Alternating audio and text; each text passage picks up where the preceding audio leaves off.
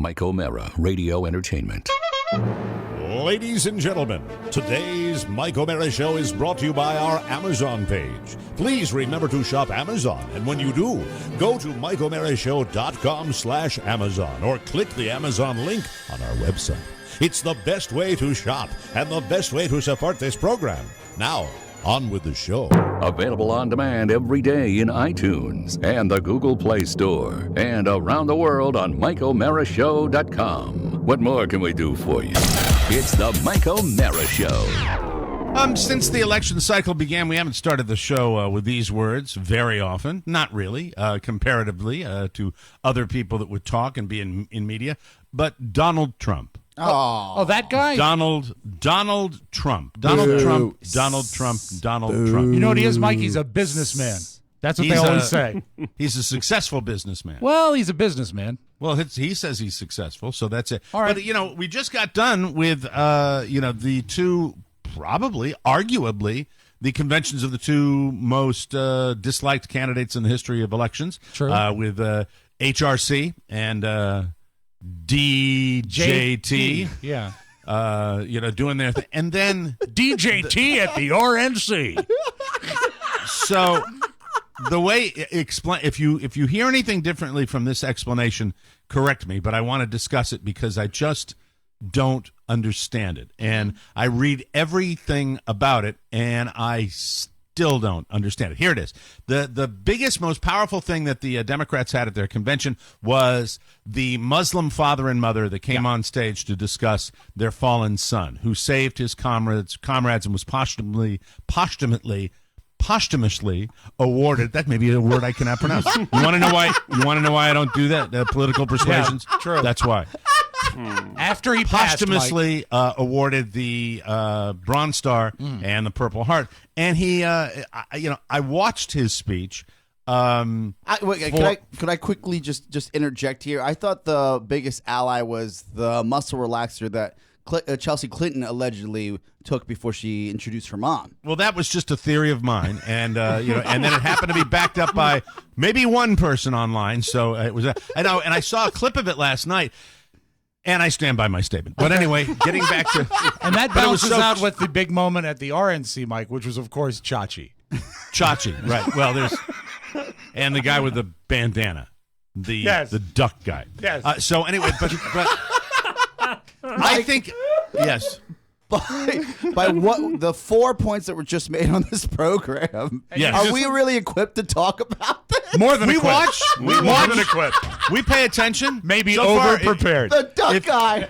You're taking the Muslim guy and the host that cannot pronounce posthumously, which I just did correctly. Ladies and gentlemen, please welcome the duck guy. And then you're all right, since we're talking about it, just to get it out of our system, and we didn't talk about it last week, to get it out of our system, on the Republican side, you're kidding me. Is it that? I mean, no. We're talking pure star power. You can't. You got to pull Chachi. Yeah. You can't do better. They're other. How could they not? How could they Where's not? Kelsey Grammer? Isn't he a big right wing guy? How could they not know that was a punchline waiting to happen? Really? Well, no, but you know what? I don't think that I watched a lot of coverage of it, and they mentioned him but nobody was really like dissing his star power. But then Antonio Sabato Jr., you couldn't get, if you're going to get Chachi, get somebody better than Chachi, and then you get Antonio Sabato Jr. You're missing the point. One, that's not Chachi for me. That's Charles from Charles in Charge. Okay. Or even more recently.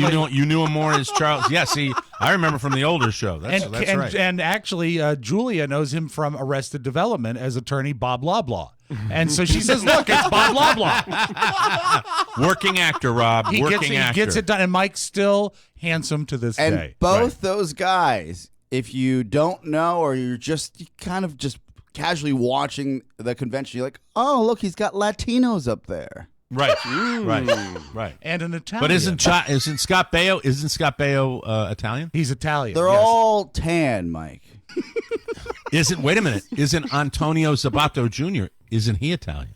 Oh, I don't know enough about that. Oh, I think I he thought is. he was. I thought he was one of Oscar's. No, I think he might. I think he might sound that way. But the fact that Rob may Pony, look may at. Oh, think can you that- look it up, or are you doing? Look it up and see. Antonio Sabato Jr. See where he was Sabato. born. I believe you will find Italy. Sabato. And Scott Baio, I believe his parents. I think he's Mulatto. first generation. Hey, who's gonna vote Republican this year because they Hey, got the Scott Baio out of the stage? Oh, he's a good boy, I tell you right now. Such a good boy. Bring Italians out there. Yes, sir. Hey. All right. Yeah, but they could be Latino. Yeah. Born in Italy. Born in Italy. Oh, damn it. Doesn't Another one I count as- can't claim. They can't even pull Hispanics. It's just funny. They had a few. They had a few like congresmen. They had Oh, a no, the They had a tokens- doctor who was also a politician The that was up tokens there. didn't count. I watched it too. I said, look, they're putting Latinos on camera. Briefly. Yeah. Well, you know what? I don't have any dog in this fight. So what are you wearing? Is that a sticker or a T-shirt? It's a button. It's a button. Oh, it's Oh, a campaign God, button. what are you, 80? No, it's yes, big I am. button in Yes. front of the Have you polling checked the place? show stats yesterday? I'm 80. Changing my mind. So I was on the fence, but that That button big did it. button Yeah. changed his mind. That's Thank right. you. Thank you. went to the headquarters this weekend. But You know, anyway, I tried- Right this way, Mr. O'Mara. I tried to find the headquarters for the Clinton campaign because we were doing some sort of mock Right. Salmon school for both parties, right? And I couldn't find it. They're hard. In the city, I could not They're hard. find They're it. hard to I was find. tickled. It's easy around here because Tim Kaine has set up his HQ at the Buffalo Wing at Jimmy's restaurant. Well, yeah, Carla it's always says locked when out. we leave a place like that, Carla always says, "Why are you so mean to them?" I said, because I've been dealing with them for the better part of 30 years. Yeah. And I know how they all are. You got a big They're sign all- this year? They're all very opinionated. Oh, sure. But when you walk in and say, "Hey, you got any bumper stickers or you got any buttons or anything like that to show," and they don't have that. That's But every Mike- campaign organizer at the local level, especially when you live in districts, as I always have my whole life, that are predominantly for the other team. They don't put any money into the That local beautiful white Hillary button is probably the best $260 you've ever spent. team. Absolutely. Actually, we got 2 buttons and $3 in the jar, to be honest with you. Oh, nice. In the button jar. But I digress, because here's what I want to talk about. Button with, jar. So I'm burned out on the conventioneers. I'm Sure. burned out on the the me. Remember, I'm old enough to remember when sporting events were, you'd go to a game and you wouldn't really dress up, but you wouldn't dress down either. Sure. You'd put on like your nice sweater and your nice was cold the golden winter coat. age, golden And age, you'd FDR go, days. and you'd go with your kid, and even the kids, you didn't have, maybe a kid might have a jersey, but probably not. Right. And maybe somebody be wearing a hat with the team. And it has evolved now where, in our land of man children, where, well, it's true. Everybody paints their bodies. They decorate themselves like clowns. And the same thing completely goes true with both Republican and Democratic conventions, where you show the floor. I don't know if you guys watch a show on HBO called The Circus, which is a behind-the-scenes look at all this stuff. Okay. But they have so many shots of these people with the Uncle Sam hats and painted red, white, and blue stars on their cheeks, and they've got their big signs. Stars and striped sweaters because, Mike, they're each one of them the best American in town. Yeah, and they love to, and protesters, as far as the Sanders people I saw, love to duct tape their mouths, which say, "I'm being quiet," and it's just, and they're really not. They're making a complete and total scene, so they're contradicting Oh, themselves. I with thought the there fact was that- a mugging. I didn't know what they were doing. No. So they're all so bedazzled, and I'm tired of them. I'm ready. I say, go home. Thank you for your service. Thank you for your activism. But I'm tired of that whole dance. Okay. Right. Now, but it leads me to the viral story. I don't want to call it viral because it's not a specific video. It was a speech at the convention, and then the father of this fallen Marine Yes. has been on the talk show circuit, and he's saying things about Donald Trump. And I'm back to where I always am with this, with the crazy like a fox argument. And I pose to you two gentlemen, with all this stuff, bottom line, Trump comes out after the speech and makes a comment on one of the interview shows that says, well, she was probably not allowed to say anything because of their religion. So it's kind of a religious Muslim slur, and it gets blown out of proportion again, and he's getting blowback on this, and the entire news cycle is Trump against this Muslim father who really presents himself very, very well. Kind of had a Oscar's dad vibe to Foreigner, him. educated, well spoken. Extremely just But dignified. my mom's you know? not allowed to talk either when my dad's around. That's just cultural. That's funny. My kid's mom talks a lot. I'd love to see you on This Week with like George Stephanopoulos. Thank you. And here's Oscar Santana. That'll be the last row. Well, we're a Latin culture, and my mom's not allowed to say anything either. Especially on Sundays, A day of rest. because that's his day. Right. But the question, this is the $10 million question Yes. here. It's so obvious. The argument is so obvious. It's so despicable what he does and what he says that I think, but he's in the news cycle again, and I'm told by multiple talking heads, this will not affect his base whatsoever. It might, in fact, enhance his base. Is he completely aware when he makes these comments off the cuff that this is going to happen, or is this just a guy that can do anything and gets lucky and really doesn't give much thought and just says whatever? Let us go back or is he about a doing it year. on purpose? That's what is he on? Is he doing it on purpose? Let us go back a year when we all emphatically were making our predictions how long he was going to last in the race. I remember. And most of us said, I said he won't be at the first debate. Yes. That he's doing this. I would have put money on it. He's a publicity hound. He's out of this. He's out doing this to get people looking at him. Maybe he doesn't even want to be president. And that is still flickering in the back of my mind. You think that this is as big a surprise to him now as it is to anybody? Even when he's out there, Rob, every day, he sees the people coming to these rallies. I know, you but still think it's a surprise to him? I think if you told him he would have gotten this far 12 months ago, he would have laughed, and we'd all would have laughed. I think and he- had a good laugh about it. I think he realizes he still won, even when if he loses this election. Yeah, He I still think that won, is and I've also mentioned true. this on the program before. That look, I love the fact that people are engaged. I know I joke about having one electoral vote here in the district, and how my vote really doesn't matter in D.C. and we get taxed without representation. Right. Look, I'm going to vote, but I'll tell you this: that make no mistake, that Donald Trump has already won. He has already won. So by surpassing what anyone thought he could do. But hey, the power that that his name now yields in certain circles across America, you could say half the country, if not more, is 10 times what it was when he was on The Apprentice. I wonder. So that in itself is a big Yeah. win. Now, is he doing this on purpose? That's the question I think he's that I have. sticking to his original message, and The that's game what, plan, and yeah. that's what's going to get him in office. If that's what his people are saying. So you're kind of saying that the thing that he's done throughout the election, the never apologize. the thing, never where he, apologizes word from. Why would you get off that game plan? I read an article in a very right-wing publication, the New York Post, over the weekend about the type of people that are Trump supporters. And the gist of the article was, at the end of the day, the reason he can say and do anything is these people love him so much because they feel for the first time ever they have somebody that is their guy because of the way he's talking. Now, it goes on to say that it's there are a lot of things that might be a ruse, and they talk about the type of people that are supporting him, and it's a little scary when you hear about the type of people. But this is a fact, and I'm saying this objectively because I want everybody to vote and get out there. Everybody knows my candidate. I like the lady. I do. But Sure. the fact You is, like Bernie first. I like to, and then at the very, very beginning, and then I'll check the tape. Yeah, I said it. You I were- said it. yeah, But you're then, a big time but Bernie then, guy. but who did I vote for in the primary? I voted for Hillary. My wife voted for Bernie. So the thing about They it changed. canceled Hey, each other out. it changes.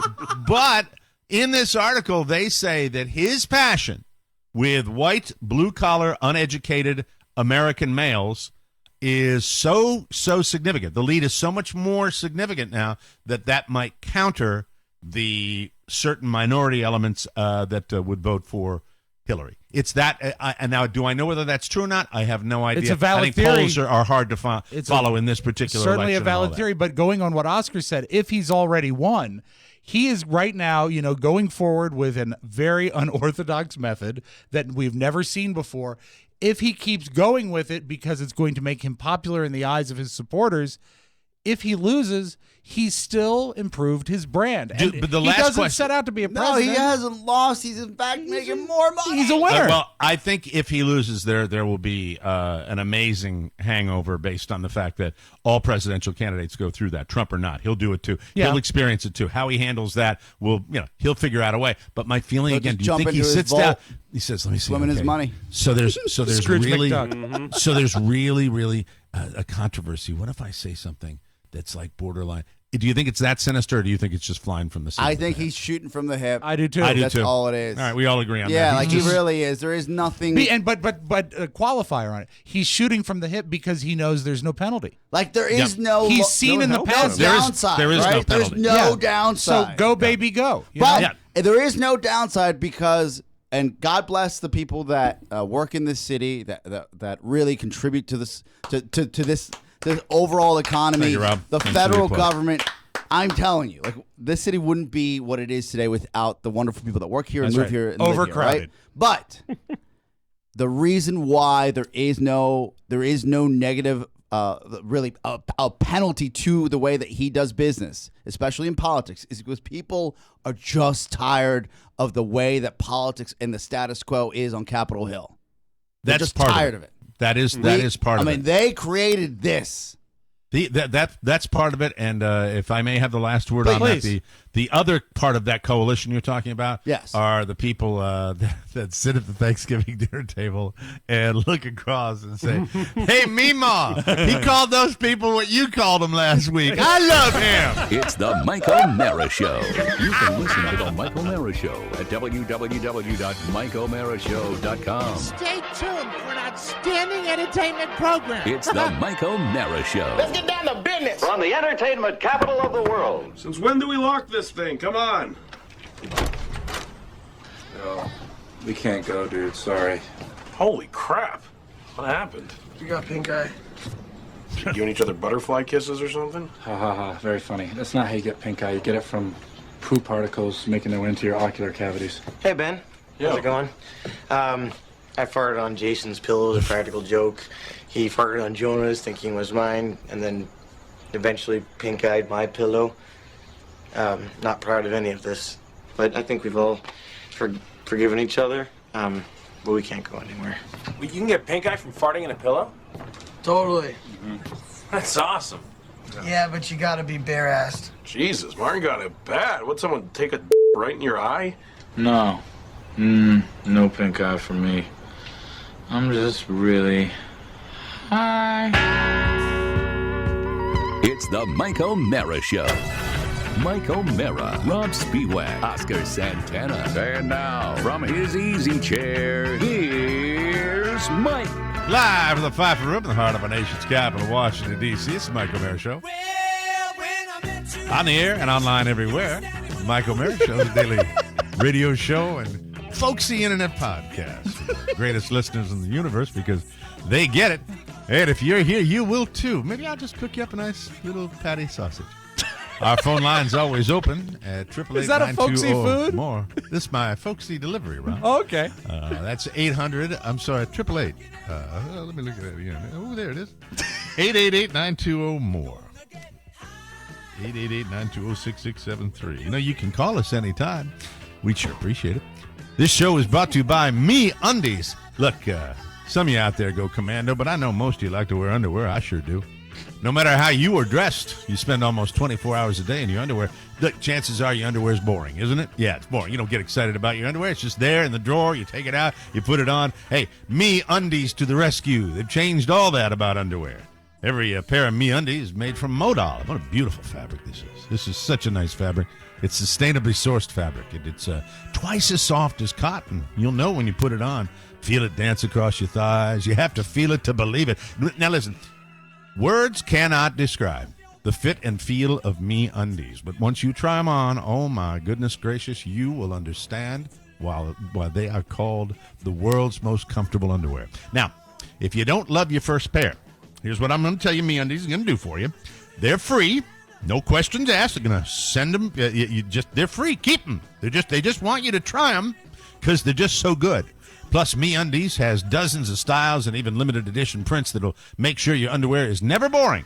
whether anyone can see him or not. Shipping's free in the United States and Canada. Love Canada. And you can save up to $8 with a pair with MeUndies subscription plan. Get the subscription or a single pair. Either way, you get 20% off your first order. Did you hear what I said? 20% off your first order. Go to MeUndies.com/TMOS. And then listen, take a picture of you and your MeUndies and send it to Rob, and let's see what your undies look like. Love to see that. That'd be fun. I'm not trying to be dirty or nothing. That's MeUndies.com/TMOS for 20% off your first order. Do it today. MeUndies.com/TMOS. And I like to do that folksy approach once in a while, especially when I've gotten a full 8 the night before. A full 8, and I probably could be doing 12 or 13 right now. Are you? Was that aided by any sort of tablet? Oh, it was indeedy do. It was indeedy the best, do. Mike. Yeah. 10 o'clock, plop, plop, drink, drink.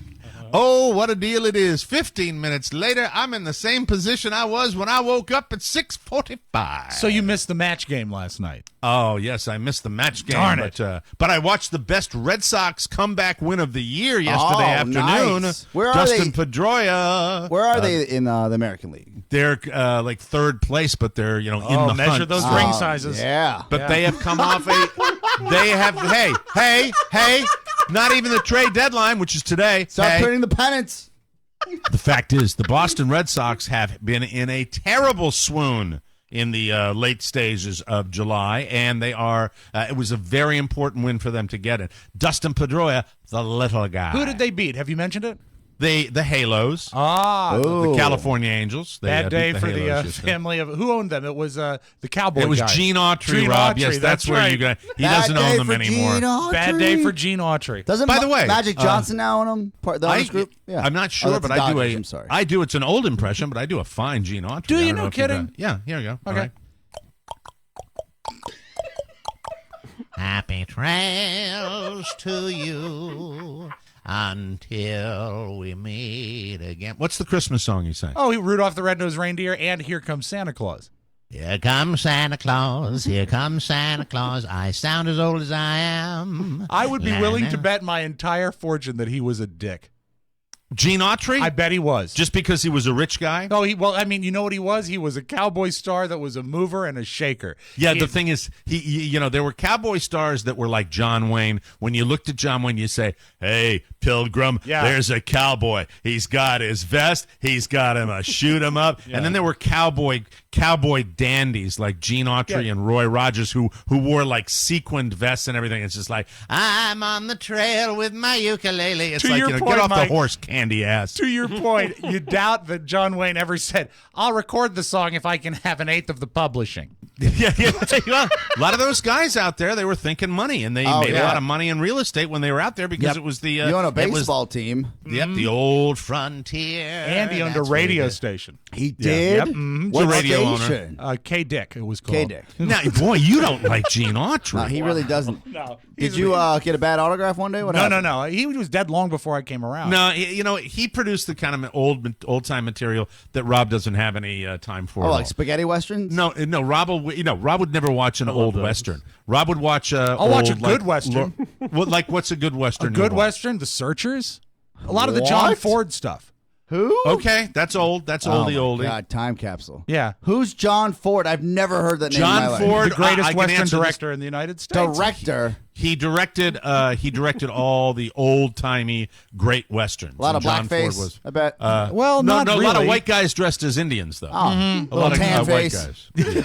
Have you ever seen a Red western face. like on a massive widescreen, and it's in a mesa, and they've got those huge A rocks? a mesa? Yeah, It's you know, like table. those huge. Well, yeah, those huge mesa-styled rocks, like in Arizona. Oh, like Mesa, Arizona. Exactly. That actually, the big ones, it's called Ford Valley because that's where he shot all his westerns. There you go. Ford Valley. Yeah, you look at all those Mesa. westerns, they're all California desert. Yeah, That's- but that's all they I do out hate there. cheap westerns. What's a Ugh. cheap western? I like a Gene Autry western, or who is it? Tex Ritter. Blech. Tex Ritter. John Ritter's dad. Oh, really? Oh, he comes from Hollywood. Well, he got his pedigree? money from Big Cowboy. The Searchers, one of the big ones. Stagecoach, another one of his Stagecoach, big ones. 1939, fantastic. The Man Who Shot Liberty Valance, another Ooh, great Debbie one. Does Dallas. No, He didn't no. do all westerns. The Quiet Man, that was a John Ford movie also. Oh, that's Fort a good Apache. Irish movie. Good Irish movie, The Quiet Man. That's a pretty good movie. That's is. actually not a bad movie. I like that movie. And, he had like John Wayne and Henry Fonda, Maureen O'Hara, and James Stewart. All those, the original, the era of the Western that came on. He was known as a man's director. John Wayne is the most famous, though, right? John Wayne is the most famous person to come out of that Western era, and all the way up till True Grit, which you may have seen, the original True Grit. What about Buck Rogers? Buck Rogers. You mean Roy Rogers? No, isn't there a cowboy named Buck Rogers? No, he lived in the Buck outer Rogers space. was a character in space. Space cowboy. Now there was Roy Rogers. That's pretty good. Who was a restaurateur. Yeah, he was another one he was a dandy, right? He was a dandy, like Gene Like, there's Autry a and Roy real guy Rogers. named Roy? Yeah. Roy I thought Rogers he was was like the mouse at Chuck E. Cheese or like the Ronald clown at McDonald. McDonald's. No, he was real. He was a guy. Roy Rogers was real, and his horse was named Trigger. And there was a real Trigger? Yeah. And he Yeah, was married to it's Dale stuffed. Evans. I really thought that was just some sort of marketing ploy. No, he used to do the commercials. Really? Yeah. Is this Gene Autry right here? No, this is Roy Rogers. Okay, but it's Gene Autry's song, isn't it? No, it's Roy's song. Okay. Man. And here's the thing. Did he have This a is what fiction I don't for like his my movies? I don't like my cowboys Horsey clean shaven. sauce. I don't like them clean shaven. I like them dirty from the the trail. Yeah, you know. That's what I like. Hardwood floors. Yeah. Yeah, shaved all over. We've talked I about like this 'em. before. I mean, really. I mean, how dirty? Do you want him to look like Gabby Hayes? Like a All right, long I'll beard? show Oscar. I'm going to show Oscar the picture here. Want Hold a on plane to second. land on him? And I want to. Oscar, don't you think that guy is just too scrubbed? and Oh clean? no, yeah, it's not like that guy's Roy Rogers. That's Roy Rogers, where the Oh you man, know, where the sandwiches maybe he came had from. to shave because it was just it was something he had to do for his restaurants, right? You Well, can't no, walk out there with all the think- hair. He made movies, but his movies were all Gene Autry's movies and Roy Rogers' movies. They fought like girls. They had like little slap fights. This is Gene Autry right here. Yeah. Now listen to this voice. But do you recall That and also he was a slightly overweight cowboy, and I didn't like that. And he was overweight. He was on the tight shirt squad. Yeah, he was in the tight shirt squad, and he was overweight in that absolutely not like a big, Steven Seagal get fat guy. He was overweight Like like Boss somebody Hogg? that he was just overweight in a soft way. where Doughy. he, He never really lived out on the trail. And he never really got in a fight and any of that stuff. And I now see the Roy clean Rogers shaven. was not fat. Roy Rogers was not fat. He was a little better at the Western fighting. Now John Wayne, he was a little fat, but he was tough. Oh, big. He was tall, too. I mean, he was like a wall. And then the natural evolution from that would have gone, I would think, to Clint Eastwood. He was the heir apparent. Yeah. And High Plains Dirty Drifter. Harry. And The Good, the Bad, and the Ugly. Then it moved into Dirty Harry. And Clint Eastwood was the long, lean, dirty, grizzled cowboy from the frontier. Go and ahead. That's Make when. my day, punk. That's it. That's And now it. it's There's come your- back because our leading Western star is, of course, Melissa McCarthy. You Yes. calling me chicken? Right. And then they started making Westerns with like Sharon Stone as one of the bad guys. And I'm like, I'm out. Thank you. That was another Gene Hackman joint. He doesn't say no to anything. The last great Western made in the United States of America, in my humble opinion, was a movie called Silverado. I agree. And that's That was one of my the last. dad's favorites. Or Back to Kevin the Future Kline. 3. Three Amigos. Or Three Amigos. Well, everybody's got an opinion. Let's take a break, shall we? That was a great discussion. Time already? Yeah, thank you. Yeah, we'll take a break. My When we come Little back, Buttercup. What a speaking of great tough movie. guys, we had our resident tough guy, Rob Spiewak, go into the arena over the weekend, and God knows how it went, but Rob had to get a car. Yes. I was in the Wow. market for an automobile, and I was told yesterday that that was successful, that they were successful. We will hear all about Rob's weekend when we come back. You are listening to the Mike O'Mara Show, everybody. Hi to Roy. Hi to Trigger. This week on Americast, Jim Amato, ex-CBS employee, asked to leave in 2008. Similar story to some boys we know. Find out why it's taken him so long to become a fan of TMOS. He just started listening 2 years ago. Those guys put me in the best mood every day going into work. It's made me a little bit more successful and productive, and just having that humor and laughter every day has helped me out. And if we all had that humor every day, I think this world would be a better place. Download the show from the TMOS app now and hear more about Jim, the Rob and Joe Show, and the Tony Perkins Show. All the fun on More Broadcasting. That's nice. What a That's sweet the thing to sweetest say. endorsement. Love to hear that on a Monday. Welcome back to the Mike O'Mara Show, brought to you by White Noise. Guess what, folks? The best just got better. Say hello to the latest update of White Noise. White Noise is the extremely popular app that helps millions of people sleep better. So proud of our friend Todd Moore with this app. It really is a terrific thing that he's done. This update is free, and you can download it today from iTunes or Google Play. Now, White Noise now has tons of new features and capabilities that allow you to share your audio experiences with the entire White Noise community. So let me get this right, Oscar. So if somebody wants to somebody records something that they have that they said, man, I put this on my phone and it is the greatest sleeping sound I've ever heard, they can share it with the White Noise community. They can do that. For example, they had an Air Force pilot upload a sound because he was so used to that calming sound of that jet engine. Drone of the plane. Yes. That either he recorded it, he looped it with that software, and then now he sleeps with it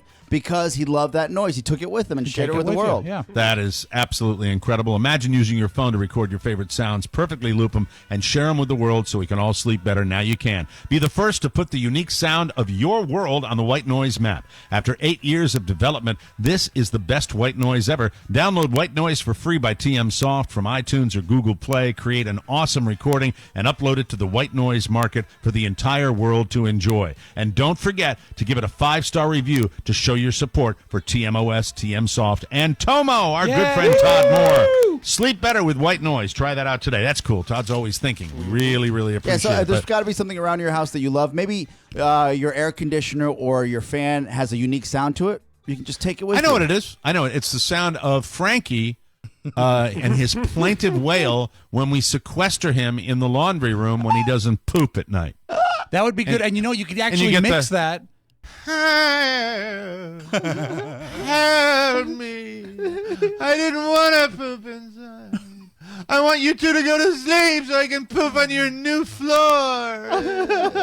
You could mix that if you wanted to be like a DJ and do part that and part of Beluga's claws on the new floor. Is he pooping and peeing on your floor still? No, he has not one time because we are monitoring him. If he doesn't poop outside, he stays in his little sequestered room and we don't let him out. And we go all night. If he has not done it, he doesn't get to go back in the living room. If he poops, Frankie doesn't shed at all. So Frankie is tiny and gets to get up on the bed, crawl up, get a little pet from me, get a little pet from Carla, go down by the front of the bed, and that's his night. So he has a totally better experience if he manages to do it. But I also think digestively, Frankie might be a little more challenged than Beluga.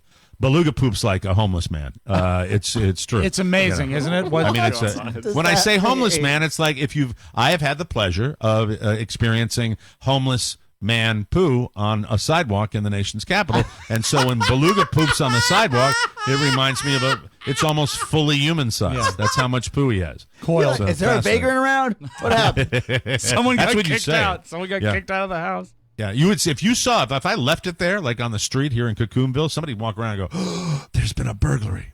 Anyway, and he had to go.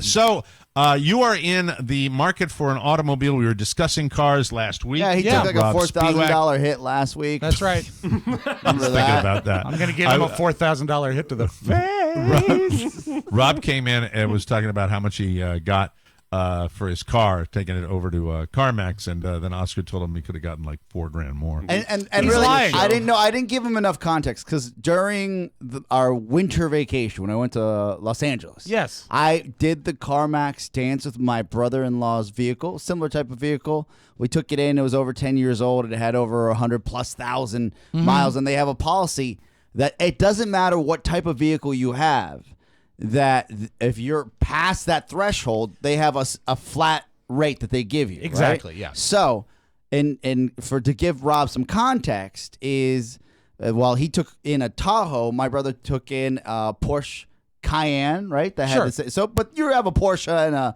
and an American-made Chevy, and they offered him the same amount of money. It is a flat rate, so you're not really getting over on the man. That's what they give you, and you can take it or leave it. No, it's understandable, but also, as we said before, the car was in desperate need of repair. So you say. Well, why the heck? Are you a mechanic, sir?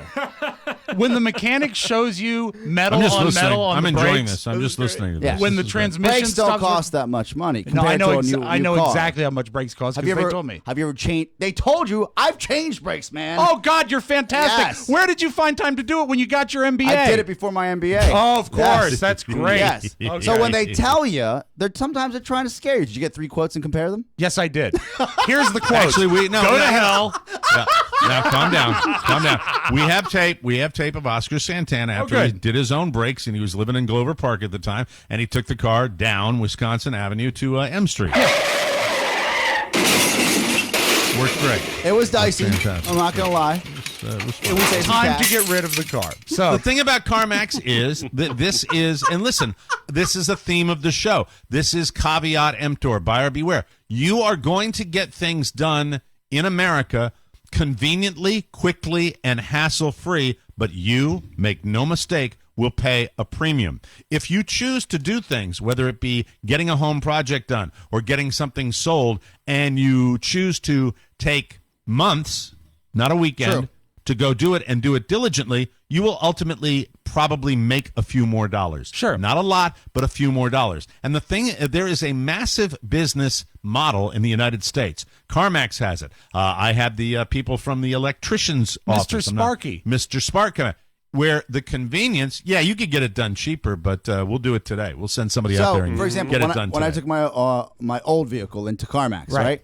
I cleaned it up, detailed it, went in, looked brand new. Everything was Yep, fixed. I've done it. I've and they been there. I've said, done that. that's the rube move. They don't care about how clean it is. well, again, I don't know. This is new to me, right? Right. So Like this the is- English language. This was 4 years Always ago. learning. And I brought it in. They're like, we'll give you $16,000 for it. And I said, look, the blue book is 25. They're like, 16 today. We're gonna have to find the right buyer because it's souped up. We don't really have that many buyers out we here. don't have the aftermarket. Yeah, and I was like, they got a book about this thick for every counterpoint Yada, to when you yada, say yada. blue book. Yeah. And their model is they're gonna buy it, but they're gonna buy it for the least amount of money you can I get. sold And it. they're going to give you a draft that has 10 business days before it closes. Mike, it took 4 months. I sold it for $21K. Was it worth the extra, I guess, 4 or 5K? Yes, in my eyes, because that's a lot of money for me, right? Now the question I would have: you were going to go buy a car. You traded your other car in for a new one, right? Exactly. And here's Okay, the so thing. you- The thing so is, you is were I already had, wait. Let me ask my question. All right. Was there any desire on your part to trade both your vehicles at the same time Ding, to get a ding. bigger discount, or did you just want the cash? just wanted the cash for the Tahoe because Okay. the Tahoe was literally on its last legs. Now, the Chrysler was in good shape. Great shape. And it was. But you really, I hate to be a nudge here, but you're not answering my question. Was the thought process that you could take both cars and trade them and get a lower payment and maybe more car on, on the next car you were going to get? Because you didn't. If you had said we wanted the cash, that if you just wanted the cash, that I understand that completely. I've been there. Essentially, yes, because the cash that we got for the Tahoe was earmarked for the down payment on the new car. So we had the cash for it. So it wasn't going to be a trade-in. But you But could- we wanted to get rid of it soon. Oh, so you didn't trade a car on the new one that you We got? did. We traded the Chrysler. 2 weeks ago, we had a Tahoe and a Chrysler. Now we have neither. Though the money that so I think what Mike's getting at, and maybe this is something you didn't know, and maybe we could educate our audience. You could hypothetically take the trade-in money you can get, whether it's one car or 2 cars, and Right. apply it towards the down payment. I understand. Okay. Yeah. But See, we my wanted point to is get this. rid of it. Rob, this is an area. This is an area where I have a little bit of knowledge. You have bought a car in the past, as I recall. My point being, and incidentally, they usually make it up in another area, so you're They always do. you're never Yeah. you're never going to get ahead. But my point would be this: that amount of money, you got $2,000 for your Tahoe, Right. you could have probably gotten at least $3,000 if you use that on a trade Yes. for another car. Because True then the enough. flat fee wouldn't be applied to that vehicle the way they do a car. But here is the thing that CarMax helped us out is we had CarMax give us an offer on the Chrysler and used that to leverage the trade-in on the Chrysler. Yeah, but they when gave we you a sold it. low offer. How do you Yes. use a low offer to leverage? Because the original offer they gave us for the trade-in at the dealership Oh, they was gave you a lower. trade-in It offer. was even lower. Yeah, it was lower. Whoa. And we got them to beat what CarMax offered us. So Nice. that was All good. right. And I think the other thing that we're So they beat a low price. to make it a reasonable Oh, price. Okay, just want to make sure. Something else is going to get beat in a second. So I want to hear the story. I know you went out there. Did you go to the Kia dealership? Went to the Kia dealership out there near where I live, and they have a Chrysler, and it's adjacent to the Kia and the Subaru dealership. We had a great sales lady who was and recommended. You ever hear that word? Like I recommend you shut up. Now the lady was extraordinarily patient. Rob sent me a picture of the sales lady they dealt with. Yeah. And this is just for Oscar. Mm-hmm. Oscar, the sales lady that waited on Rob when he went to the dealership looks exactly like the prosecutor in The Night Of, the lady that deals with John Turturro. You know the one I I'm would talking have to about? walk out of the dealership. How are you, John? Here's a tailor. Get something to wear. He's very reasonable. Rob, you have to watch The Night Of. Okay. Just so I know. Just to see the prosecutor. Just to see this. person. She's not on all the time. She's very. And she hits and misses, but oh my God, she is. If you were sitting across from her and she was your prosecutor, you'd be Pupaggio and Yupanzanzio. So Carrie goes between 100 miles an hour and being in park when we do something like this. She was go, let's get a car. No, we can't do it. Go, let's do it. Let's not do it. So what do you want to do? What does Rob want to do? Rob wants Carrie to be happy. Because happy wife, happy life. That's beautiful. Cool. That's beautiful. Can you stop there? We haven't gotten to the dealership No, of yet, course right? we can stop right there. Is a good place. Because did you bring the lovely lady along to the dealership? I did. That's always fun. Yeah. I've been there too. That should be a lot of fun. Probably should get that misogyny alarm ready when we come back. Should be fun. We'll take a break, and Rob buys a car. On the Mike O'Mara Show. We'll be right back.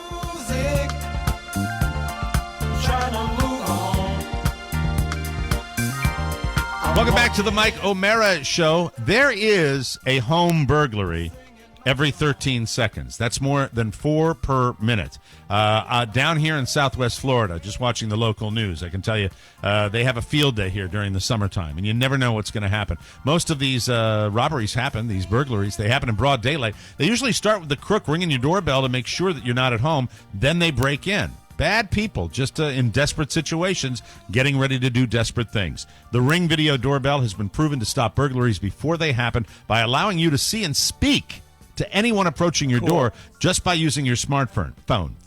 Now Ring is using their advanced motion detection technology to protect your entire property with the Ring of Security Kit. Now the kit comes with the Ring doorbell, which I've used. It goes right on your front door. They've got a Ring stick-up cam that's simple to use, wireless, weatherproof. It's an HD camera, and it keeps an eye on other parts of your property. The Ring video doorbell and the stick-up cam both install in minutes. Right now, for a limited time, our listeners can get $50 off the Ring of Security Kit. That is the lowest price anywhere. Just go to ring.com/TMOS right now. Join the hundreds of thousands who protect their home with Ring. Go to ring.com/TMOS for $50 off. That's ring.com/TMOS. And we thank you in advance for your purchase. It's a great product. Good stuff. And we love having them on.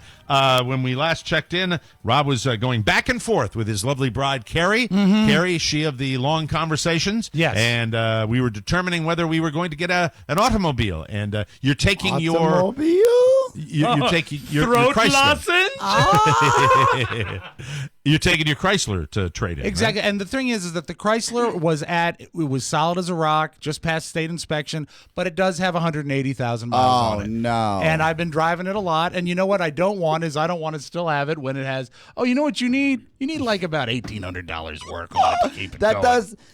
You know what? I used to think the same thing as far as vehicles are concerned, but that's the mentality of our parents' car, Rob. Is it? Is it, Oscar? Because right now, think about it. The cars we have today can easily go, I would say, 250, 300,000 miles simply because of the way they're built. I hope true. so. Yes. I hope so, because my SUV... BMW, which was at that point built in 2001, went to 260, and I was able to sell it then. That must be fantastic. I'm looking forward to keeping, I'm watching the miles mount up, back in the day when, Tuesday was car buying day. Yes. I am truly looking forward. Look, you call me on it, I'll let you know. When I trade in my SUV down here, then you can bust my balls. But I'm telling, I want to get this one up over 150,000 miles. That's Mike, what I'm looking for. What was the benchmark? When I was a kid, my dad would say, okay, we're getting to 100,000 miles. We're getting to 100,000 used to be the right? benchmark, yeah. That was like, we have to sell the car. When I was working on the old Don and Mike show, my benchmark I have it written down. I actually put it in my phone. Really? For selling a car. Yep, there it is. 2,800 miles. Well, I remember sometimes it was a coin flip. It was wash it or sell it. Yeah. I don't want to go through the hassle of waiting in a line, vacuuming. Robbie, that the gas, cars. the special gas, let's just get a new one. By the way, photographic memories on the cars that I've purchased over the years. I remember them more than people. I remember because the wives. I guess More it was than wives? More than wives. Came in second, to be Oscar. honest with you, yeah. What was although much like wives, I don't know where some of those cars are now. What was the first, I guess, the sweetest experience you had buying a car? And with the wife. That was easy. I would give you the sweetest. I will give them all to you. Okay, the first car I ever got took my father's satellite Sebring with my dad into JKJ Chevrolet's used car department in Tyson's Corner, Virginia. Just kidding, Chevrolet. Yes. We got the Coons family, power players. I used to work for them. Didn't get a Chevy though. Left the satellite Sebring running because my father and I were worried that if we turned it off, we wouldn't be able to get it started. Was again. that the green one? Yes, that was green. Mm-hmm. It was green and had a big V8 engine. My dad and I walked in, made a deal. Dad helped me with it. God bless him, and God rest his soul. And I purchased my first real car, all mine, for a Ford Fiesta. Small Ford Fiesta. You should mention that to Dr. Salsa. Yeah, Dr. Salsa should know that one. The Ford Fiesta. Not just a party on your commute, a party in your pants. That's right. The Ford Fiesta was traded shortly thereafter for when I was working down at WYRE in Annapolis. I traded that at Coons Toyota in Annapolis, and I traded it for a Toyota Starlet. I gotta look that up. When the Same Tercel is basic a little shape. too showy. Yeah. When you don't want to flaunt it, you go Starlet. Got the Starlet. The Starlet was traded for a Mitsubishi Cordia Turbo. No, what about the So Jeep? you're making some money then. What about the Joe, Jeep? Jeep comes much later. Much Oh, later. wow. You, So you had a left turbo out, you beforehand? left out a bunch of stuff. The Mitsubishi Cordia Turbo was traded for the first really nice car I ever got, an Acura Legend coupe. Oh, yeah. Now, Mike, this is starting to sound like the first part of the New Testament, so I would like from now on for you to say, the Mitsubishi begat an Acura coupe. The Acura coupe begat. Okay. The Acura Legend coupe begat the first real expensive sports car I ever bought. Oh, here we go. Which was the Mitsubishi 3000 VR4. Yeah, that's a beautiful twin turbo. To this day, it's a collector's item. Were you in mornings then? I'm trying to put it in context with your career. I don't know. Because in the Acura Legend, you had the Ildo Day in the front grill. Okay. I was So you're morning drive. I was I was living in Annapolis, but I was doing mornings at Major Market. It's like being on Columbo. I know. That and then Remember the Ildo between, Day? Was that between? I got one more question, sir, about the Then there was a Jeep. I had a Jeep for a while. Traded, But the Jeep wasn't your primary driver, was it? Because that was just summertime. Oh, that was your fun car. I don't think I had two. Oh, that's when you have wealth. I believe that the Mitsubishi VR4 was traded right after a new contract when I was blessed to purchase a Mercedes SL. Oh, that's right. With a special and gas. Oscar was asking, and we'll stop there because Oscar was saying what was the greatest experience. It was the biggest thrill of my life, driving off the lot with that and being in that car, which was a me car. And I was a young guy, and it was a thrill, and it was exciting. It was and I'll gorgeous. never forget it. Then Oh, it was shortly such a thereafter, great car. I passed an 18-wheeler, and he got in front of me again and threw a pipe at me, almost beheaded me. So that's it. But anyway, we're not talking about my cars now. We're talking about you. Yes. You get out there to the dealership and you're with your bride. And what? You woke up Sunday. Was this the plan? You were going to The go out and plan buy was a that car? we were going to test drive it. We had looked at it. We had crunched some numbers. We had looked at a lot of cars. But Carrie had been eyeing this Kia Soul for over a month. Just the way it looked. She's been researching it. We talked to people that own them. And I was lots of dogs back there. And I was going to say, you know what? If she's still into it after a month, then it's probably a good You're idea. a great husband. But I didn't pressure her to not get it. I just wanted to make sure she was still definitely into it. wanted it. So Now, after about a the way month, it's we go to shaking out, drive you're it. gonna be riding the Buick to work. Is that it? Yeah. Mhm. Okay. Yeah. So that's Uncle gonna be your Buck. car. Yeah. And it's actually, I drove it in today. It's great. I love it. Okay. Good. You're enjoying it. But it is the first time in my life that there is not an 8-cylinder engine in my family, which is freaking me out. Woe is Yeah, me. That's the reality of work. And that's one of another reason that I was leaning towards getting rid of the Chrysler is it does drink a lot of gas. And the way you drive, you really don't need an 8-cylinder. That's true. That's true. I don't. But don't even know worry. what I that mean, means. do you have a 6 in the one that you're in? The big 6. The big 6. That'll eat as much gas. Not as you. 8. Thanks. So, I really don't even have anything to say to him anymore. You know, he makes me so tired sometimes. Oscar makes me feel tired all over. But we went in, and the sales lady was very, very kind, and we looked through some stuff, did a test drive, and here I think is where we got to it, is we didn't show any urgency to a point where I said, you know what, it's almost time to go pick up Julia at work. I think we're going to go nice pick pull. up Julia, maybe get some lunch, and then how late are you here? And she said till 5. I said, okay, we'll be back, I think. And so we came back, and it's amazing how the numbers changed during the 90 minutes we were gone. Oh, nice. And so they gave us It's a cool move. It's a cool move to walk out of the dealership. They gave us a great trade-in, and also I'll show all my cards now.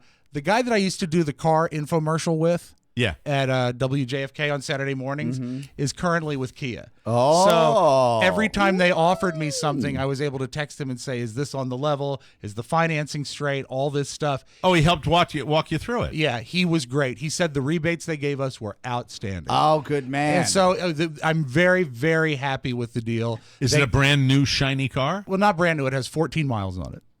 Well, that's brand I new. know, I'm kidding. It was a joke. So it's a brand new. And it has Waka. Okay, yeah, I'll take some notes from Oscar. Then we'll be funny. But Do you know, Oscar? Do you hear his voice though? Yeah. It's Carrie's car. Yeah, it's so sad. He has no joy for It's this. so sad. No, there He has here is joy. some joy. He is Guys, being the good husband. No, Rob, I know just you. spent all our savings and bought a brand Rob. new car for her. Right, she is driving around today Brand new in car. a brand new automobile. You are in an inherited Buick. And That the might fact smell like is, her dad still. You have to be. Oh, it'll it's smell not- like me soon. It's not joyful. It's not as joyful. Every time you jump in that thing, you remember. Are you going to get a chance to take the little one to work occasionally, or what? I think so. Maybe, especially in snow and if stuff. she lets 'cause it's him. a front-wheel drive and all Right? that. How do you fit into the car? It's pretty small. I have to enter in shifts. There is a sunroof. That's helpful. No, it's it is one of those boxy cars. Yeah. Like a Scion almost, if you were familiar with the look. It's remarkably roomy in the front seat. The back seat is It's a Kia non-issue. Soul, Yeah, right? it's the one with the hamsters. I can't do. Yeah, exactly. They got them all over the dealership. And that's a 4-cylinder, right? A 4-cylinder, but we got the bigger of the 2 engines. And Carrie wanted what was very nice. Carrie got everything What she did wanted. you want? I wanted Carrie to be happy. And I wanted the deal to be done because you know what? It was going to start to drag on and drag then on and drag more on. drama. More But I drama. don't. But I feel like you're put upon. I feel like you're telling this story with a great deal of low energy, and either that's just Monday Rob, or I don't. I mean, you're not like, fair, yeah, we Mike." got the car. It's beautiful. You got a great rebate. Carrie got the car.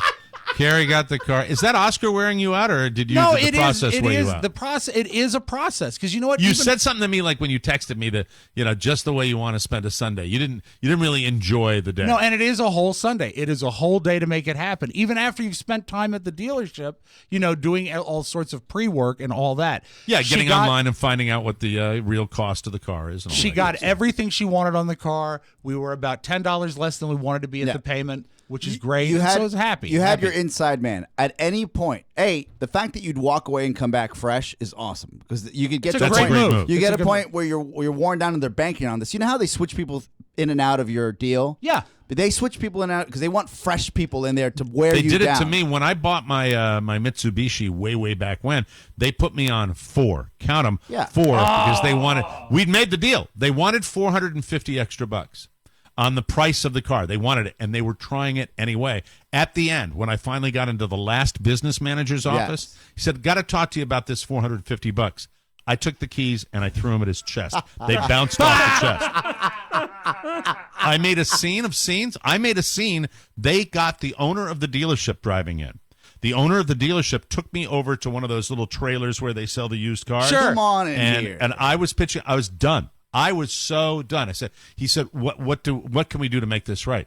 I said, sell me the car for the original price you said you were going to sell it to me and stop dicking me around over this $450. He said, done, and $200 off the car for your hassle. He knew that they had stepped on it. I was hot. I was crazy hot because it's a slimy, sleazy. It is a bad business way of dealing. But the with tactic that Rob took, to his it was credit, walking away is brilliant. That is awesome because you get to go see Julia, get an Italian ice, hang out, think about I it. Come just back am fresh. not feeling the joy that. Oh, because it wasn't for him. Right now, he's been driving cars for a very long time, whether they're used, whatever, that are his vehicles. Yeah. He's been driving the Caprice Classic. Then he got the car he loved, which was that Chrysler. He loved that car. I did. And that now he's without either car that he really loves. You don't love. You know what? You don't love either car, do you? I'm getting a new stereo put in to the Chrysler. I'm not the Chrysler. What are you, 16? Well, no, because right now, because it was an older gentleman's automobile, there is no way to listen to anything good in the car. You're the Ghost Rider. So I'm getting a new stereo put in on Thursday, and then I won't have to listen to music on the way to work like this with my phone on my flipping chest so I can hear the podcast. Let's turn on the Buick's stereo here and see what. That's it. You have the same model. That's got good fidelity. That's good. That's wonderful. That's good. Yeah. Hit the loudness button. You want some hi-fi. So I want some high fidelity. Then I think I will begin to love this automobile because it is pristine. Ice drives cool nice. AC. Oh, the first thing I tested. Good man. Got to be cold. And so yeah, it'll take a little getting used to. For example, I didn't even put the fast pass for the toll road up until yesterday. Whoa. And so, Fresh. now I don't have to hold it up when I drive through anymore. So I'm getting used to it. And Carrie gets a beautiful car for her 20th Can we anniversary. tint the windows and throw rims on that thing? Yeah, you can. Really? Just throw rims at it. Don't put them on. Just throw them, roll them, actually. We should make this Buick the best Buick out there. I would love to see some neon under it and the ability to raise it and lower it. Go ahead, Mr. Spielberg. Fire up your new stereo there. Here you go. If I had my way, I'd always stay in Florida. Hey, it's Gary Stein. I did the Tony Perkins show. That's right. He was great on it. At 7:30 in the morning, Saturday morning. That's when Wonderful. they recorded. And it was so funny because I got to see Gary Stein at his Gary Steiniest, where he's yelling at Rofo from the television because he's in New Jersey, and Rofo's here. I don't know how he got here so early. By the way, he slept here. He probably did. Rofo's got a work ethic. Rofo's got a work ethic. You got to give him credit for that. And I walked in, and I walked back out. I was like, Gary can be really bitchy in the morning. And then I walked back in. Haven't we always speculated that Gary, of those two, Tony's my lifelong friend. Yeah. But haven't we always speculated that, hey, when I get the call, Tony and Gary want to have a meeting, and I go, Gary, what does Gary want now? What does Gary? That's why the whole thing. Buy a T-shirt. Oh, by the way, did I tell you when? An hour after I got out of surgery, it's like, hey, it's Gary Stein. Can you come back and do Bill Clinton? I said, just had major surgery. I'm sorry, I can't. Nothing. No response.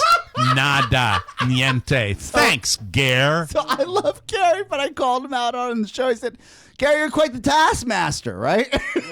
Yeah. Well, Gary was a high level producer for network television, so he doesn't suffer anything He easily. doesn't. I'm sure. But poor Rofo in his toddler outfit that he wears in the morning. Oh, was he wearing horizontal stripes again with a too tight T-shirt? For God's sake, Comes in looking like Spanky on the Little Rascals. God Almighty! Does that boy need a makeover? Just buy him like 8 black shirts? That's all. God And skinny almighty. jeans. Oh, it's ridiculous. It just felt like his father was yelling at him. I'm sorry. I'm here at 5:30. I know you wanted me to hear you at 5:15, but I'm sorry, Gary. You don't understand. Come on now. I want my combs. Send me my combs. Help me. Thank you. Mike, I need you to do Bill Clinton, okay? It's the convention. Sorry, I just had major surgery. Okay. On to the next thing. All right, Thank you.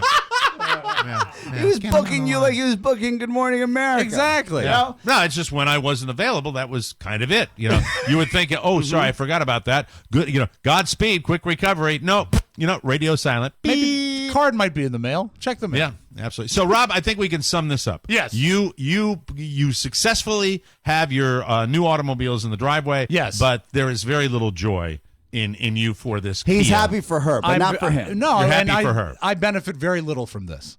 Oh, There you go. You benefit very little. However, Such a we good have a guy. few road trips coming up that we will benefit because it's got all the bells and whistles. And you know what? Maybe once in a million years, she'll drive somewhere. Okay, so who are when you I take got that. I got that right away. when you take the family road trips? Yeah. Will you be in her car? Yeah. Oh yeah. Okay. It's got all the neat stuff in it. It's What got are the bells and whistles that come in a Kia? bells and whistles. It's got a double sunroof, so it's essentially like Seats. a convertible Oh. standard glove compartment, AM radio. Glass windows. Roll up windows. Radial tires. No, it's got the nav system with the big color screen, the backup system. Pretty. And the thing that Carrie was most excited about, mood lighting. So when you're playing your music, there's actually colored rings around the speakers in the door. Those hamsters. Yeah, man. There you go. Yeah, man. So there's Should have come down here, though. Should have come down Yeah. here to South It Florida. would have been Should've seen my man Billy.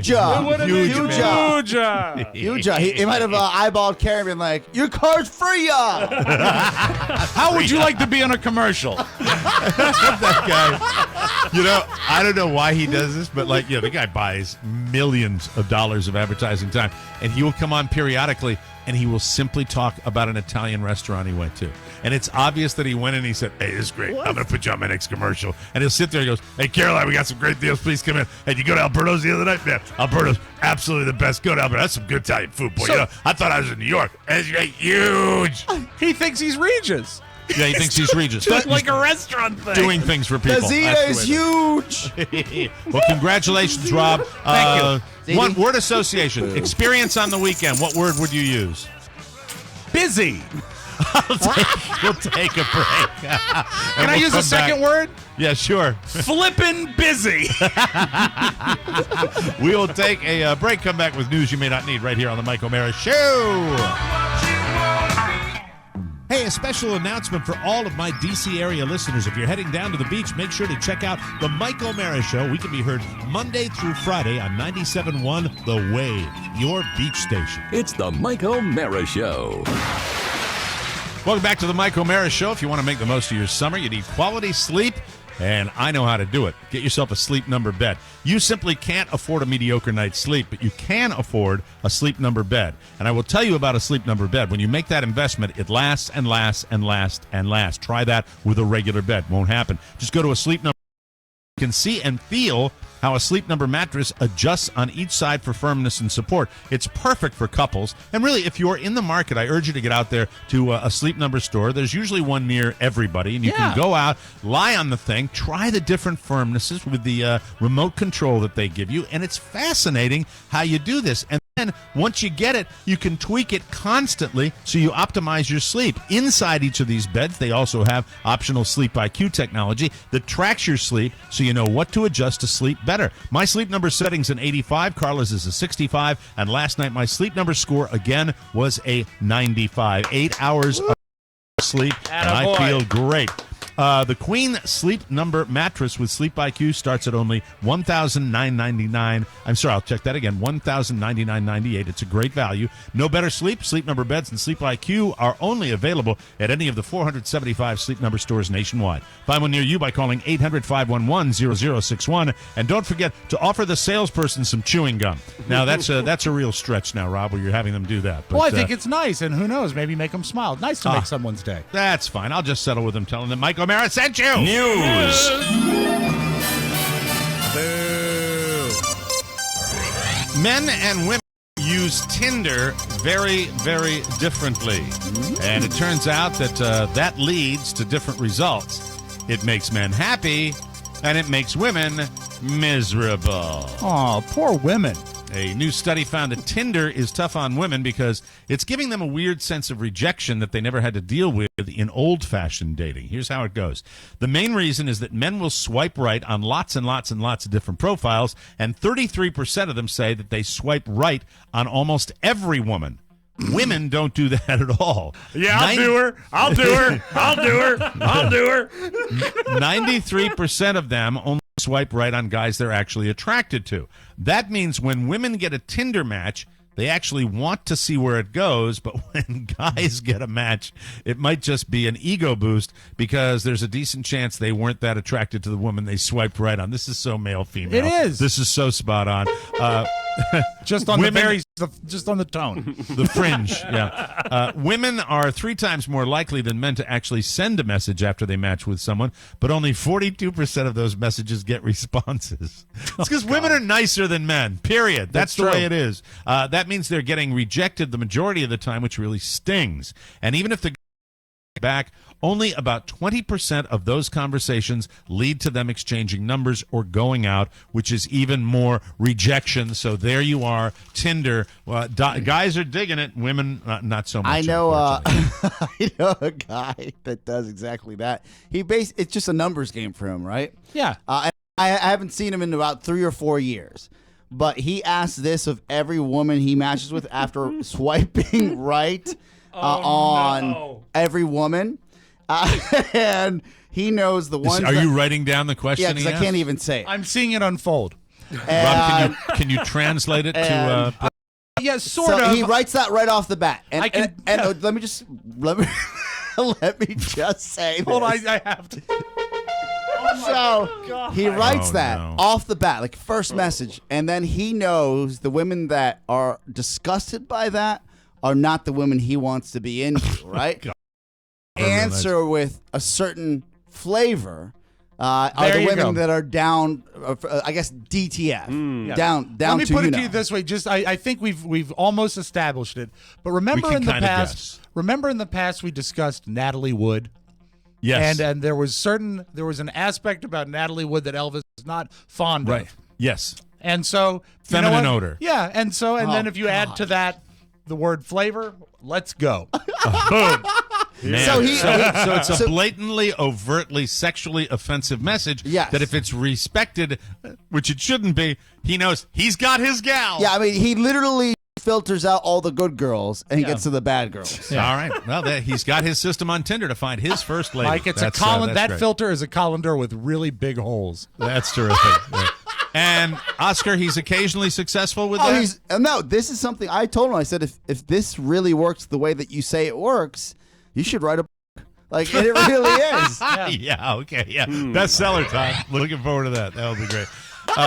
Donald Trump was late to his rally in Colorado Springs on Friday because he got stuck in an elevator at the Mining Exchange Hotel. He was with 9 other people at the time, probably members of his own entourage. The local fire department rescued them by elevator hatch and lowering a ladder down so everyone could climb out. The owner of the hotel says the elevator did not malfunction. Apparently, they gave Trump's people a key so they could control it themselves, but they messed something up, and it triggered a safety feature to immobilize the elevator.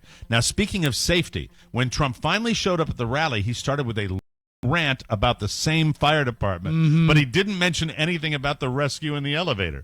He was upset because the fire marshal was stopping his supporters from coming into the auditorium. The room's capacity was 1,500 people, with 1,000 more in an overflow room with a TV showing the speech. Trump said, quote, "This is why our country doesn't work. We have plenty of space here. We have thousands of beautiful, wonderful, great people outside, and the reason they won't let them in is because they don't know what the hell they're doing. Too bad. What a disgraceful situation." He brought up the fire marshal several times, and at the end of the speech, he said, quote, "He's probably a Democrat, probably a guy that doesn't get it."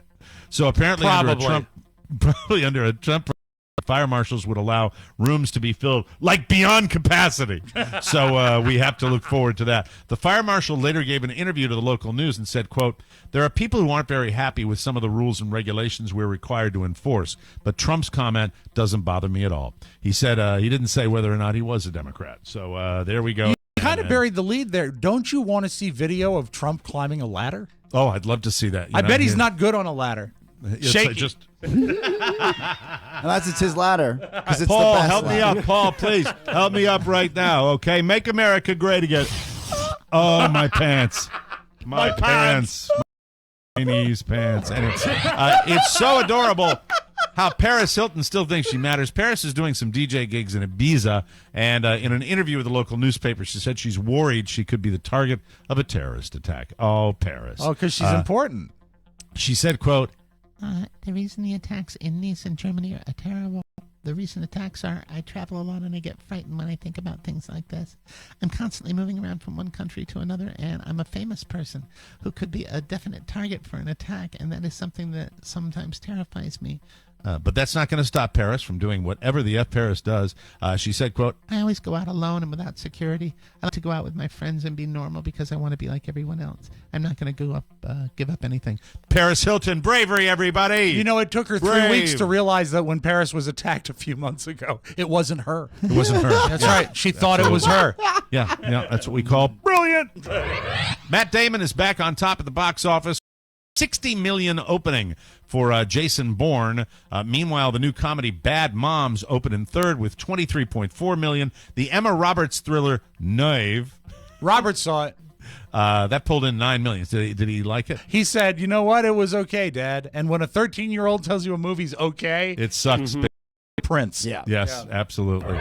A woman who's in her late 70s went into a Walmart in Wayne, West Virginia on Friday with her 2 dogs in the car. She left the car running while she went inside so her little pooches could stay cool with the air conditioning. I have seen dogs in cars before, and you go up, and the first thing you check is the automobile running? Yeah. If there are doggies in the car, and if it's running, I'm cool with that. But one of the dogs, I don't know how this worked, managed to shift the car into drive. Whoa! The car plowed straight into Walmart. Oh, no. Then the other dog rolled down one of the windows. What? This is like a flippin' circus act right here. That's fantastic. Fortunately, no one was hurt. The dogs were okay, and there wasn't much damage to the car or the building since the dogs were going really, really slow when they hit it. The woman was able to drive the car home, and she's not going to be facing any charges. So it's a happy ending. That's good. That's a big win for that woman, don't you think? The car was traveling at 5 miles an hour, which is 35 miles an hour to you and me. In dog speed. Well, and now a little something. When you're out chasing Pokemon in Pokemon Go, you need free range of motion, but maybe not this free. This is a 31-year-old guy. His name is Joseph Schweitzer. He was playing Pokemon Go in Blaine, Washington last week. Mrs. Blaine. Hello, Mrs. Blaine. He was in Blaine, Washington, and he was playing Pokemon Go bottomless. Oh, okay. By the way, this Pokemon Go is bringing out, this is the butterfly net of games right It now. is butterfly net You're time. getting these people from everywhere. Mike, it's so big that in Virginia they've opened up some of the public parks at night because people were going after dusk when they're closed. Yeah. They had to legislate to actually public parks open later at night and have police officers there so people could play this game. Nutsy. Your tax dollars at work, and what could possibly go wrong? Someone called the cops when they saw this guy without pants. When they got there, they found Joseph Schweitzer, just wearing a shirt, shoes, and a backpack. He told them he wasn't wearing pants because, quote, they were too constricting. Oh. Ew. And to prove that he was better without pants, he told cops he just managed to catch 3 Pokemon in front of a motel and Chinese restaurant. How's that when you're eating your Mugu guys ding-a-ling bouncing out in front of the store window? Well, they weren't impressed, the cops, but Joseph got very lucky because the person who called the police decided not to press charges for indecent exposure. That's He's nice. a lucky man. The cops just told Joseph to put his pants on. He did, and then he got back to Pokemon hunting. Pokemon hunting. No word on whether the cute little critters are attracted to nerds with their balls exploded. So that's we're exposed. Talk about evolve. I don't know, Mike. I got a poo-poo platter. I looked out. I saw a man Zubat. Man, which one did you get? Oh, I got Pikachu and Scrotaroo. I got Scrotymon. I think there is a Squirty man or Squirtle. Squirtle. Oh, don't want to see a Squirtle. That's not We good. will, It's between take your a break. balls and you know what. Rob brought in his new car today. He brought a new audio vault with him, and he put it in the audio vault glove compartment of his new automobile, and he will be sharing that with you when we come back on the Mike O'Mara Show. It's Tony and Gary. Hey there, boys and girls. I'm Tony Perkins. Hi, and I'm Gary Stein. And we're joined by special guest Oscar Santana. Salutations! Yes, indeedy. It's the Gary and Tony Morning Show with guest Oscar Santana. This week's show is just like a morning radio show. Stacks and stacks of It's the hits, and the hits just keep on coming. Yes, they do. Check it out, TonyPerkinsShow.com. Subscribe on iTunes and download the Tony Perkins Show app. And buy a T-shirt. Or two. The Tony Perkins Show. He tries. Welcome back to the Michael Mara Show. Summertime, fun time. Beach time, busy time. And summer's flying by.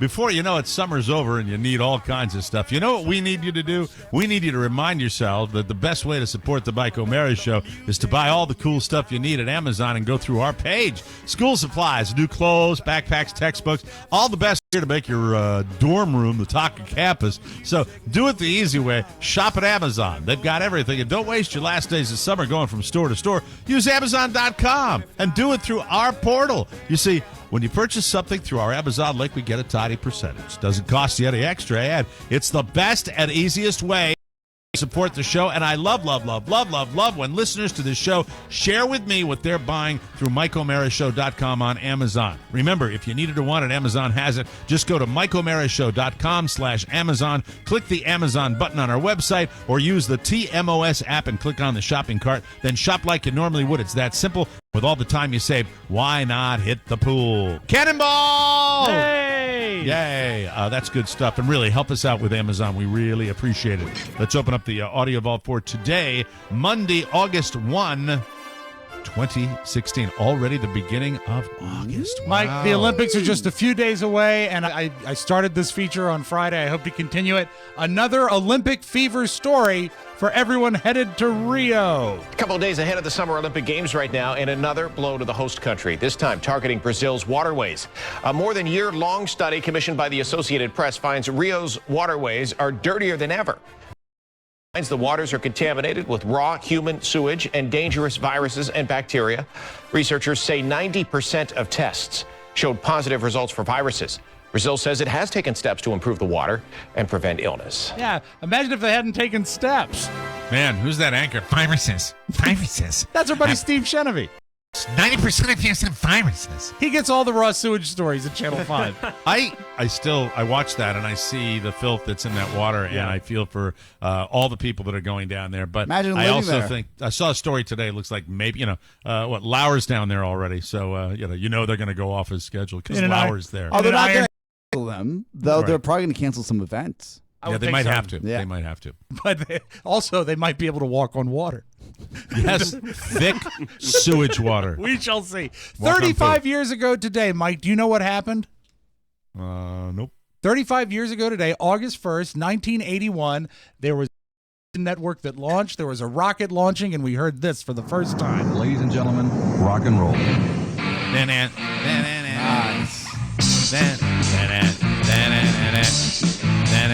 So MTV launched 35 years ago today, and in celebration, MTV is launching MTV Classic. And they're still not showing videos. They're showing stuff like Beavis and Butthead and Pimp My Ride. I thought they were going to start showing video. They said that with the story that I read, they're going to lean on the classic programming of the 1990s. I agree with you. I just thought that the real MTV was finally realizing that all they had were the video. That was the thing. The radio First star. video ever played on the show. And I stand by the theory that MTV, in its own way, killed music radio because it segmented music and stopped mixing it up. Oh, yeah. I used to be on this. It's my track. Robert Carey Kia Soul, it will go far. So anyway, happy birthday, MTV, owned by CBS, and they can go to hell. Okay. Do you remember not Teddy Ballgame, but the other Ted Williams, the man with the golden voice? Oh, yeah. You mean the guy that was the homeless man that did the Kraft cheese commercials? Well, he is still out and about doing stuff, and he was encountered by one of our listeners named Chris Siegel, and Chris Siegel got him to record something for us. Oh, my, that voice. He's got a great voice. I'd love to hear it. Chris Siegel, not good on mic technique, but always nice that Ted Williams made a tape for us. Hey, I'm Ted Williams, the man with the golden voice. I'm with man. You know what? I never listen to the TMOS show. What kind of message is that? I don't listen. Hey, we'll be back with Chris right after these words.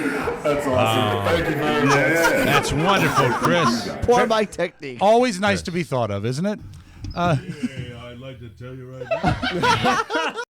now. Never. Thank you. Well, it's a listener thinking about I us. love it. That's I cool. think it's great. Very Meanwhile, in Kentucky, Mike, two people got high and wanted to find a fishing hole, but instead drove into a beehive. I'm not doing a very good job of describing it, so let's go to the man who owned the property where the beehive was, and he will be able to tell you exactly what happened. Okay. The first thing I picture was one of those like giant things in a cartoon hanging from a tree, but these are the wooden beehives that are like. No, this is. I believe this was a beehive in nature, a huge out nest. in a tree. Yes. Oh my God. Here's Gary Lee Anderson of Kentucky. Gary Lee. Gary Lee Anderson of Kentucky to tell you more. Well, I just had got done feeding my chickens, watering them and stuff, and I walked back to my house there to get my phone so I could play a video game on it. And all of a sudden, I heard a big boom. I looked back out my door, and the electric pole fell, and the lines were falling, and the geotacklers blazed into the fence. And there's a guy come out screaming and squalling, and running around about like a chicken with his head cut off. But I told him he needed to get out of that water, but say I didn't know he was getting eaten up by bees. I thought he was just high. That girl in that little bikini, she had a little red dot over her. Dots all over her. Little red bikini. When they go into like parts of the Amazon and they find people that have just never been near civilization, stuff like that. Yeah. I mean, that's sort of similar, right? He's playing you don't video talk games. like that if you've been isolated for a while. Yeah, he right? spends a lot of time, I think. A lot of time with video games. Eat by bees. I got the gist of what he was saying. So, I thought it was fantastic. Very good. Two more things. One I thought was very nice and very touching. The Teen Choice Awards were on this weekend. I watched it with my niece and nephew. And Jessica Alba. Dirty Uncle Oscar. No. Look at Uncle Oscar have a little time with his kidlings. That's I actually wonderful. asked. There was one dance. I don't know who was performing, but it was they're from Empire. The show Empire. And I looked at my sister and I said, "Are they allowed to watch this?" I mean, I enjoyed it. Well, one touching moment, Jessica Alba came out and read a statement about how gun violence touches so many, and she was surrounded by relatives of people from all the recent shootings. Okay. And then she introduced Neo. And I had forgotten about this. I hadn't put this together. Remember, Marvin Gaye was killed by his father, shot by his father. And when Neo sang this, I thought this was a pretty neat and very touching.